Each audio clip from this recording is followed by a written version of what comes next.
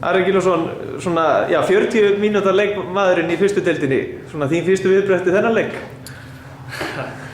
Já, þetta var hræðilegur leikur hjá okkur, sko. Þannig að við spilum svæðisvörnir allan tíman og við reyðum vel ekkert við það, sko. Þannig að við vorum stóðum svolítið mikið í sókninu og vantaði flæði í sóknarleikinn. En annars var það bara góð baráttu á liðinu og við náðum að klára. Kom augnablik kannski ykkur eitthvað óvart í leiknum með það?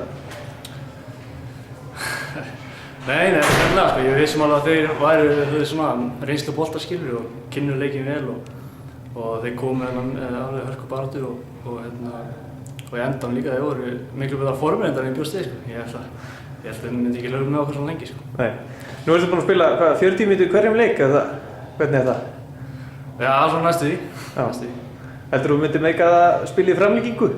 Já, ég meina, ég gera bara það sem liðið þarf, skilur, það sem þjálfarinn vil að ég geri, það geri ég. Og ég að komast í mitt svona góða form, skilur, þannig að þetta ekkert mál. Nei.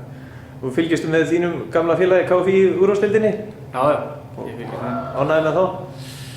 Já, svona, eiginlega, nei. Ég veit að þeir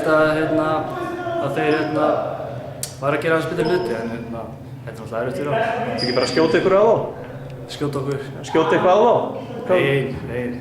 Þetta er erfitt fyrir á, skilur. Þeir eru búin að missa marga og erfitt að fá Íslendinga þarna vestur og nú þegar nýja reglan er komið þá er þetta ekkert auðvelt fyrir á.